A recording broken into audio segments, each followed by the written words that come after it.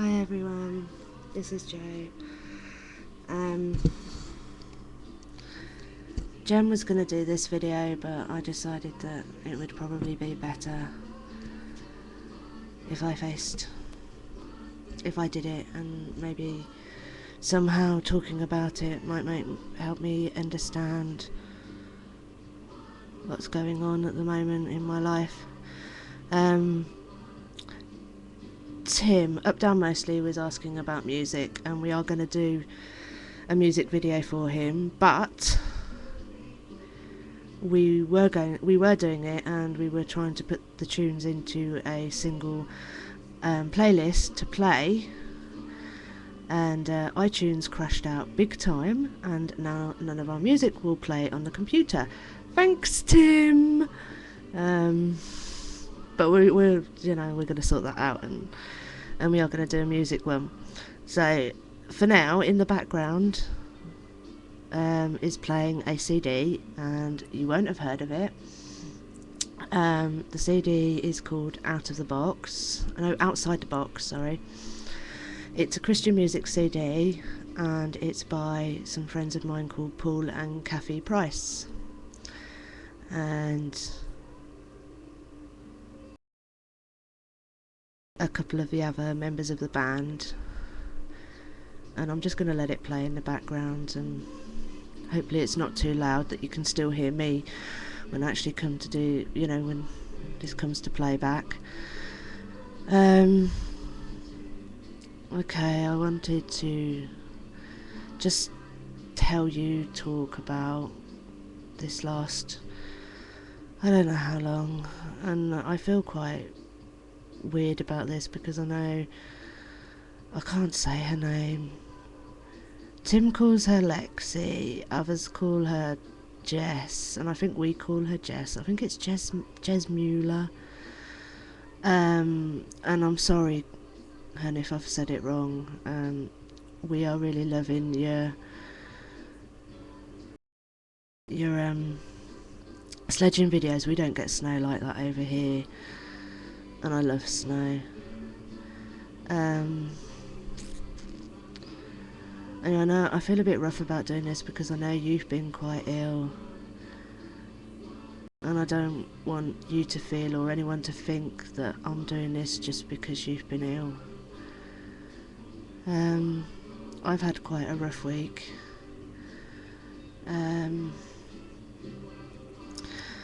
Last week I was disassociating very badly, and I was not turning into other personalities. I was not, people like Jen weren't coming out. It was still me, but I was disassociating from myself, which is kind of like an out-of-body experience. It's kind of like watching yourself, but not from the outside, from the inside. For some people it's from the outside. For me it was like watching myself from the inside. And I watched myself over 3 nights take quite a considerable amount of paracetamol and do nothing about it. And I'm not sure why I didn't. I knew what I'd taken, I knew how much I'd taken, and I knew that it could do damage. But part of me wanted it to do damage. I mean, it was about self-harm, it wasn't about killing myself.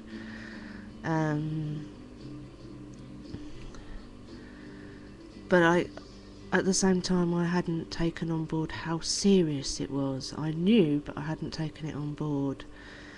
And on Monday I finally confessed, owned up if you like, to taking 92 paracetamol over 3 days. And I got taken to hospital, which is why we went around at the beginning of the week very much. And I didn't stay, I refused to stay. They treated me like dirt. I was given something called Carvalax, and it's what they give people that have overdosed on paracetamol to protect their liver. And I was allergic to it.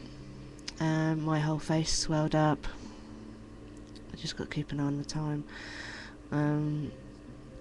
All my face swelled up. My cheeks were kind of like this. And that's what it felt like I was a goldfish. I could feel them touching my nose. My ears itched, my neck itched, my head itched, my hands, the palms of my hands were bright red, and my fingers were swollen and they itched. Sorry, I've just tapped the mic.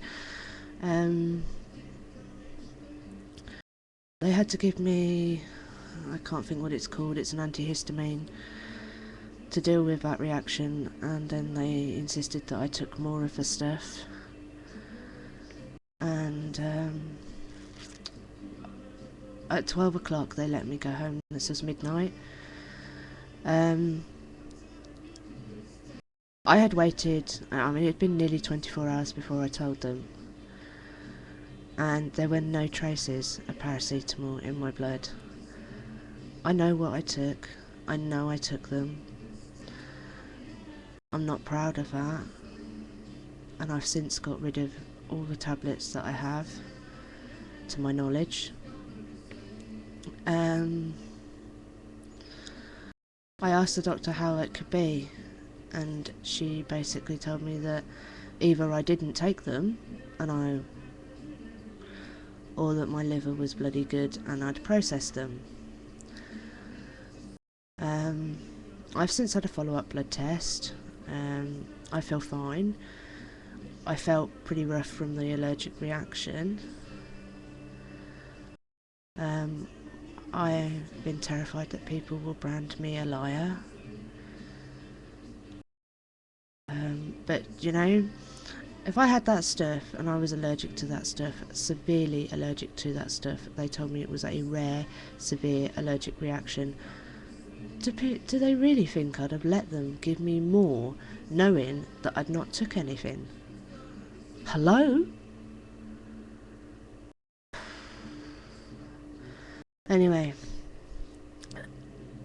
I'm running low on time, and I might have to do this in a couple of blogs. And I'll do them as responses. No, I won't be able to do them as responses. I'll just have to do them as continues, I think. I, since then, have been self-harming every day. And the reason being is I have this stupid idea in my head that I won't survive unless I do. I don't think I'll die. I don't know what not surviving means, but that's what I've got in my head. And I'm trying very hard not to do it. And today will be the first day that I haven't actually used a blade. I have self-harmed by reopening the wound, but it will be the first day I have not used a blade, if I manage it. It's now 8 PM. I have still quite a lot of the night to go, but it's the longest I've survived as well without using a blade. So even if I don't make it, at least I know I've made it till 8 o'clock. I hope I can make it without... I mean, I'd rather have not self-harmed using the blade at all, but at least I wasn't using the blade. And I'm going to end this now, because the time's running out, and I'm going to carry on the next one a bit later. Oh, no, I'll probably do the next one now and just get it done with. So, if you've watched, thanks. If not, I don't blame you, but if not, you won't be hearing this bit anyway. See you in the next vlog.